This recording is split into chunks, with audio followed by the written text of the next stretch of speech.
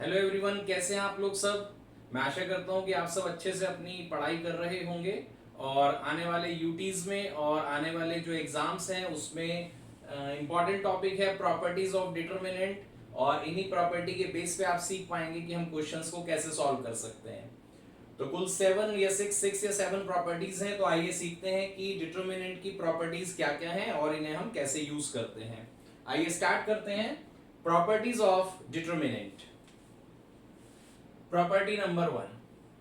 पहली प्रॉपर्टी ये कहती है डिटर्मिनेंट की कि अगर आपके पास कोई डिटर्मिनेंट है 1 -3 6 1 4 7 3 -1 2, अगर आपके पास ये डिटर्मिनेंट है और आप इसकी वैल्यू निकालते हैं और एक बार इसके रो और कॉलम को चेंज करके वैल्यू निकालते हैं, जिसे हम मैट्रिक्स में ट्रांसपोज कहते थे, तो इसकी वैल्यू सेम रहती है। This is the first property.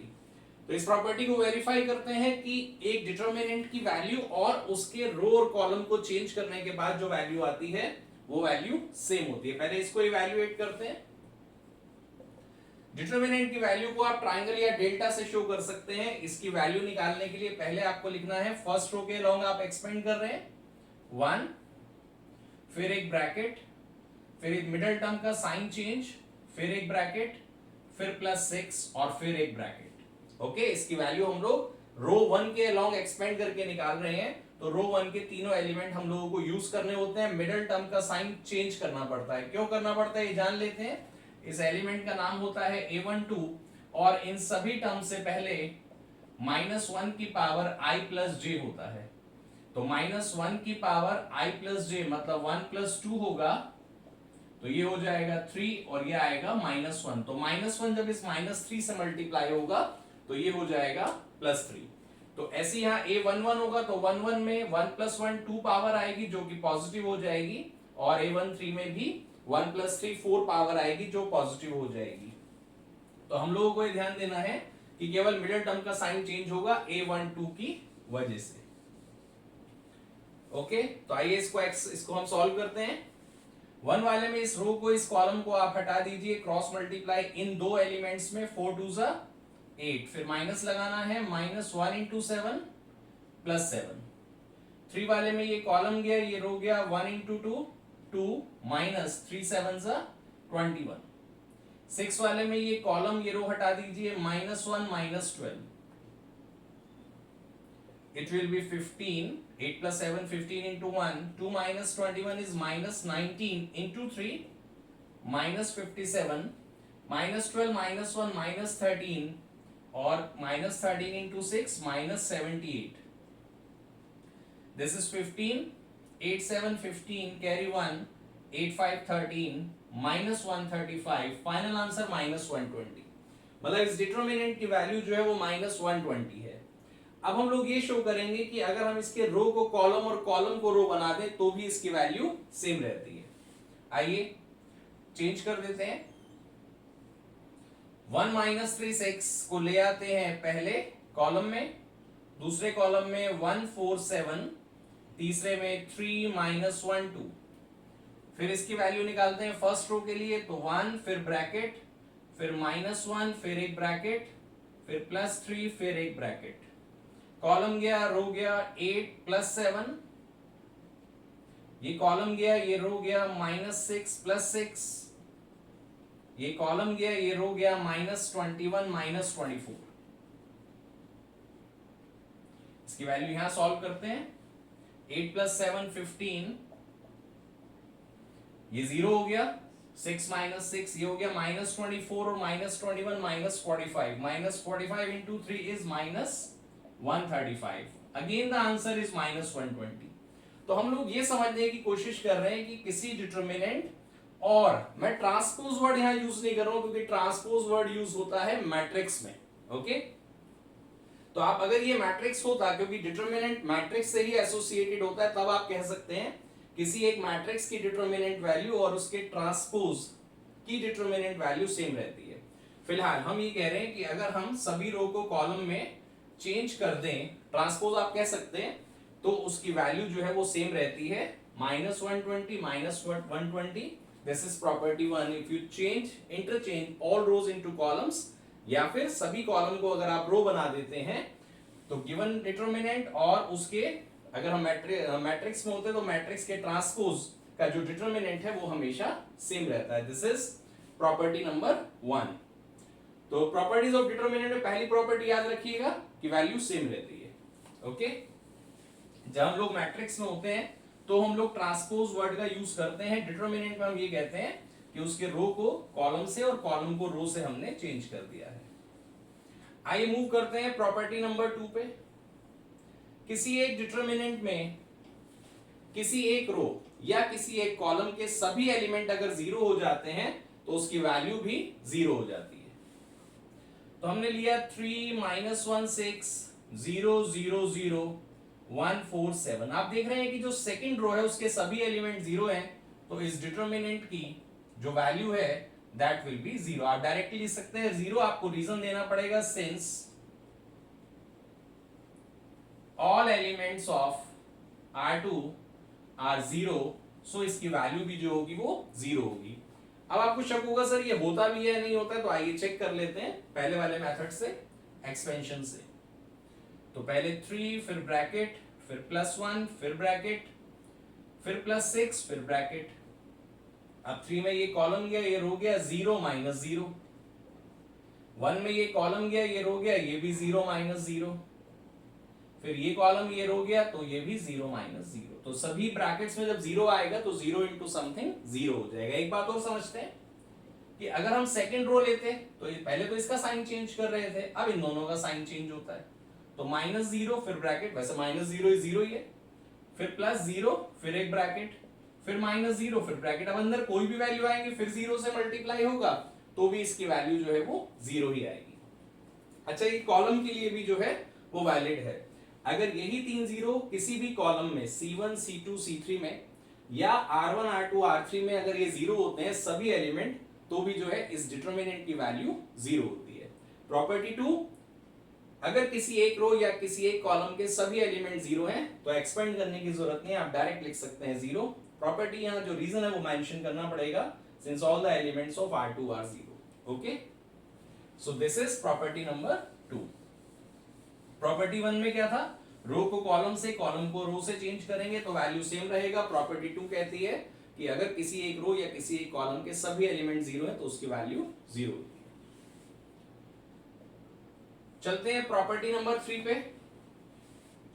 अगर हम लोगों के पास एक डिटरमिनेंट है ABC PQR ABC,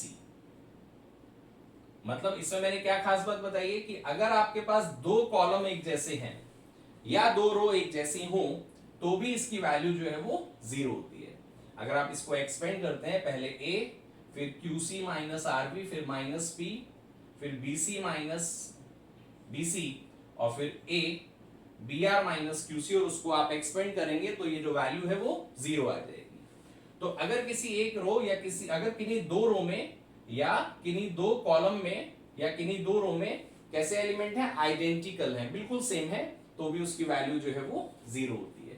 तो आप इसको डायरेक्ट लिख सकते हैं 0, रीजन देना पड़ेगा सिंस कौन कौन से कॉलम एक जैसे हैं, C1 और C3, since C1 and C3 are identical. यही शब्द आपको यूज करना है, आइडेंटिकल, सेम नहीं लिखना है। आइडेंटिकल मतलब एलिमेंट सेम है और उनकी पोजीशन भी सेम है, कहने का मतलब कॉरस्पॉन्डिंग एलिमेंट सेम है।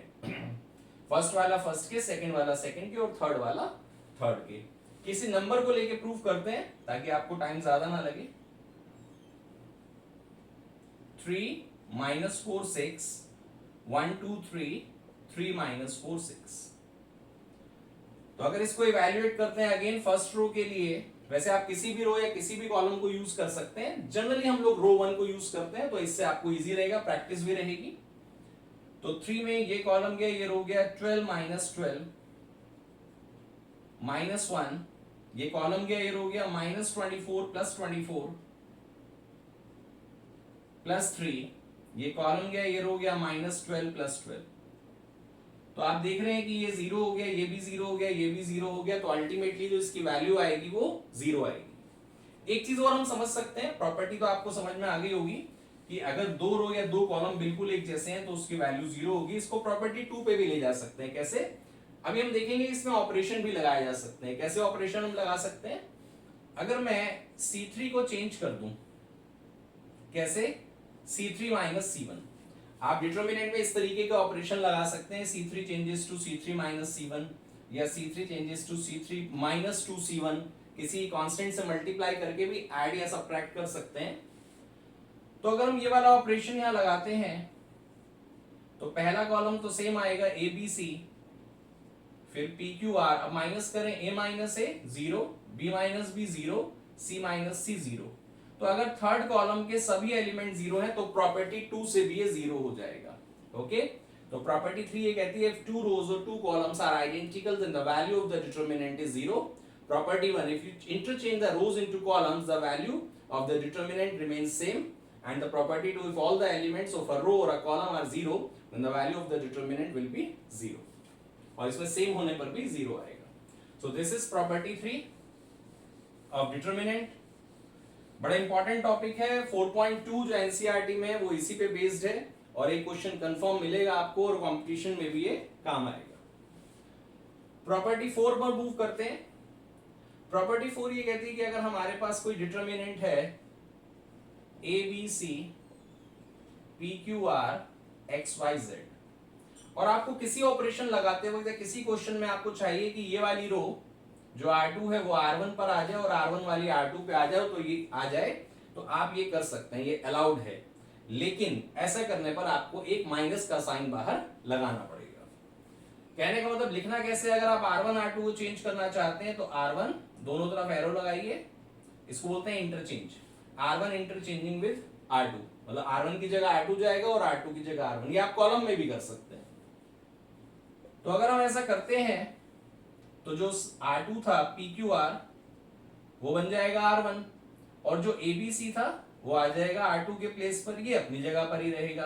तो आप ये कर सकते हैं, this is allowed if you need, but आपको एक माइनस का साइन लगाना पड़ेगा। अगर आप इसको इवैल्यूएट करें और इसको इवैल्यूएट करें, अभी इसको छोड़ देते हैं, अगर आप इसको इवैल्यूएट करें और इसको इवैल्यूएट करें तो दोनों में माइनस साइन का फर्क आएगा। बराबर बनाने के लिए माइनस साइन आपको यहाँ इंसर्ट करना पड़ेगा। मान लिया आप कोई क्वेश्चन कर रहे हैं और इसका आंसर अभी भी बुक से मैच नहीं हो रहा और एक्चुअली QBY आपको थर्ड कॉलम पे मिल रहा है और ये सेकंड कॉलम पे, तो आप एक और ऑपरेशन लगा सकते हैं इन दोनों के लिए, C2 इंटरचेंजिंग विद C3। अब अगर आप चेंज करते हैं तो आपको माइनस साइन लगाना है, लेकिन माइनस तो पहले है तो एक और लगाएंगे तो माइनस माइनस प्लस हो जाएगा। प्लस है तो लगाने की जरूरत ही नहीं है, आप चाहे तो पॉजिटिव लगा सकते हैं, चाहे तो नहीं, क्योंकि प्लस का साइन हम लोग शो नहीं करते हैं।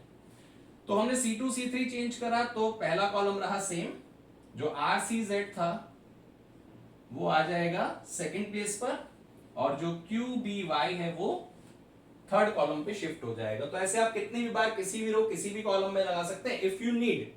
मन में सवाल ये है सबके सर लगाना कब है? लगाना है जब आप क्वेश्चंस करेंगे तो ऐसे सभी जो प्रॉपर्टीज है वो कहीं ना कहीं यूज होंगी। मैंने एक वीडियो में बता रखा है, उसका लिंक मैं डिस्क्रिप्शन में दे दूंगा कि वो कैसे हम लोग इसे यूज करते हैं। लेकिन जब लगाएंगे तो ये काम आपको करना पड़ेगा कि अगर आप रो और कॉलम को आपस में चेंज करते हैं तो आपको माइनस का साइन लगाना पड़ेगा। Okay, this is property number 4। समझते रहिए साथ साथ। और अभी कुछ और प्रॉपर्टीज हैं, फिर ये आपका टॉपिक जो है आपको ये बिल्कुल क्लियर हो जाएगा। 4 प्रॉपर्टी मैंने बता दी हैं। प्रॉपर्टी नंबर 5, मान लिया आपके पास एक डिटर्मिनेंट है 2A 2B 2C XYZ और ये ABC। अभी मैंने आपको बताया था कि अगर किसी एक डिटर्मिनेंट में कोई दो रो या दो कॉलम एक जैसे हो जाते हैं, आइडेंटिकल हो जाते हैं, तो जो उसकी वैल्यू है वो 0 हो जाती है। तो आपने देखा कि यहाँ 2A 2B 2C है और यहाँ पर जो है वो ABC है। तो आप चाहते हैं कि ये भी 2A 2B 2C हो जाए तो सेम हो जाएंगे, वैल्यू 0 हो जाएगी। तो ये भी आप कर सकते हैं, मतलब आप किसी एक रो या किसी एक कॉलम को किसी भी कांस्टेंट से मल्टीप्लाई कर सकते हैं।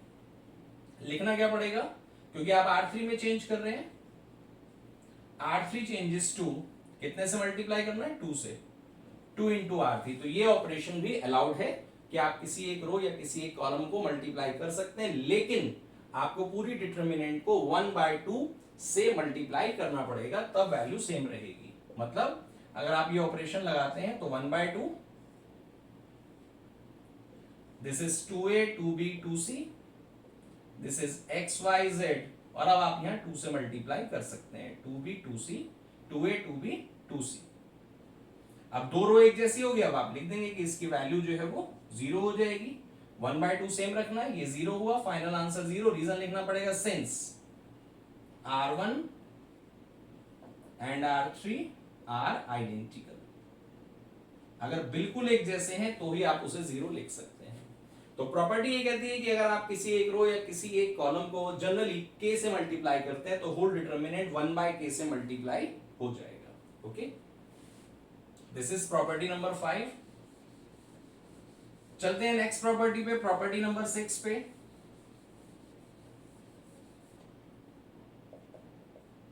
प्रॉपर्टी नंबर 6 ये कहती है कि अगर कोई एक डिटरमिनेंट इस प्रकार है a b c x plus Y Y plus Z Z plus X P Q R, तो आप इसे दो हिस्सों में स्प्लिट कर सकते हैं। ओके, वो दो डिटरमिनेंट क्या होंगी? पहला कॉलम इसमें ए बी सी, दूसरे कॉलम में एक एक एलिमेंट ले लीजिए, लेफ्ट वाला एक्स वाई जेड और फिर पी क्यू आर। ऐसे ही इस वाले में ए बी सी, अब राइट वाले ले लीजिए वाई जेड एक्स और फिर पी क्यू आर। तो इसकी जो वैल्यू आएगी और जो इसकी वैल्यू आएगी वो सेम आएगी। अगर आप इसको एक्सपेंड करें, पहले ए, फिर एक ब्रैकेट, फिर माइनस का एक्स प्लस वाई, फिर ब्रैकेट, इसके अंदर वैल्यूज आपको पता है कैसे लिखनी है, फिर प्लस पी, ठीक है, फिर ये ब्रैकेट में, और जो इसका आंसर आएगा। और ऐसे ही अगर आप इसको एक्सपेंड करें, ए फिर ब्रैकेट फिर माइनस एक्स फिर ब्रैकेट फिर प्लस पी फिर ब्रैकेट, फिर ये वाला प्लस, फिर ए फिर ब्रैकेट फिर माइनस वाई फिर ब्रैकेट फिर प्लस पी फिर ब्रैकेट, तो इसका टोटल आंसर इसके टोटल आंसर के बराबर आएगा। मतलब आप किसी एक डिटरमिनेंट को स्प्लिट कर सकते हैं दो हिस्सों में इस तरीके से, अगर उसका कोई एक कॉलम या एक रो इस तरीके से हो कि सभी में एडिशन या सब्ट्रैक्शन आ रहा हो, तो ये रो में भी हो सकता है, तो आप इसे इस तरीके से स्प्लिट कर सकते हैं। ओके, तो नोट डाउन कर ले इसको। तो यहां हमारी लगभग सभी इंपॉर्टेंट जो प्रॉपर्टीज है वो फिनिश हो जाती हैं। ठीक है, तो आइए कुछ एक क्वेश्चन इस पे हम लोग कर लेते हैं। ऑपरेशन भी आपको मैंने बता दिए हैं कैसे अप्लाई होते हैं, और एक वीडियो पहले भी एक बनाया था डिटरमिनेंट पे। तो कुछ एक क्वेश्चन करते हैं। पहला क्वेश्चन है X Y Z A B C X plus A Y plus B Z plus C, और प्रूव करना है कि इसकी वैल्यू 0 है। तो अभी मैंने बताया था कि इसकी जो हम अगर किसी एक कॉलम में या किसी एक रो में सभी में प्लस है तो आप इसको दो हिस्सों में स्प्लिट कर सकते हैं। तो ये मैंने ले लिया फर्स्ट वन, ये ले लिया सेकंड वन, तो this will be X Y Z A B C. अब पहला पहला टर्म ले लीजिए एक्स वाई जेड, यहां पे X Y Z A B C, और फिर ले लीजिए ए बी सी। अब इसकी वैल्यू 0 हो जाएगी क्योंकि इसमें पहला कॉलम और थर्ड कॉलम 0 है, वो सेम है। अगर फर्स्ट कॉलम और थर्ड कॉलम सेम है तो इस डिटरमिनेंट की वैल्यू 0 होगी, और यहाँ पे सेकंड कॉलम और थर्ड कॉलम सेम है तो इसकी वैल्यू भी 0 होगी। तो finally we get the answer is 0। तो इस क्वेश्चन से हमें ये शो होता है कि अगर हम प्रॉपर्टीज लगाते हैं तो किसी भी क्वेश्चन को इजीली सॉल्व किया जा सकता है। अब अगर हम इसको एक्सपेंड कर देते तो भी आंसर 0 आता, लेकिन उसका कोई यूज नहीं है। उसका रीजन दो है। पहली बात तो ऐसे टाइप के क्वेश्चन में लिखा हुआ आता है कि यूजिंग प्रॉपर्टीज। दूसरा, अगर आप इसको एक्सपेंड करें तो इतने ज्यादा इसमें टर्म आ जाएंगे, जैसे आप एक्स लिखेंगे, फिर आप करेंगे B Z plus B C minus C Y minus C B, फिर दूसरे के लिए फिर तो इतने ज्यादा कॉम्प्लिकेशंस आ जाएंगे कि अगर एक भी कैलकुलेशन मिस्टेक हुई तो फिर आपका 0 नहीं आएगा। दूसरा रीजन ये है कि हम लोग इसको एक्सपेंड क्यों नहीं करते हैं, क्योंकि प्रॉपर्टीज जो है वहां लिखा हुआ आता है कि आप इसमें प्रॉपर्टी ही अप्लाई करिए। तो इसका रीजन आप दे दीजिएगा, C1 and C3 are identical, C2 and C3 are identical. तो एक छोटा सा क्वेश्चन था ये समझाने के लिए, प्रॉपर्टीज समझाने के लिए कि प्रॉपर्टीज का यूज बहुत इंपॉर्टेंट है। ठीक है, तो इन प्रॉपर्टीज को आप एक दो बार समझिए, देखिए, और अगर आप एनसीईआरटी से कर रहे हैं तो एक्सरसाइज 4.2 आपको मिल जाएगी करने के लिए, और इसके कुछ क्वेश्चन मेरी दूसरी वीडियोस में सॉल्व हैं, उसको आप देख सकते हैं। और अगर आप आरडी से कर रहे हैं तो भी आप सभी प्रॉपर्टीज अच्छे से समझने के बाद ही करिएगा, ठीक है। तो आज की हमारी क्लास प्रॉपर्टीज ऑफ डिटरमिनेंट यहाँ कंप्लीट होती है, और अब हम मिलेंगे अगली क्लास में कुछ और क्वेश्चंस के साथ और 4.3 के साथ। Okay, thank you, take care, अपना ध्यान रखिए, बाय।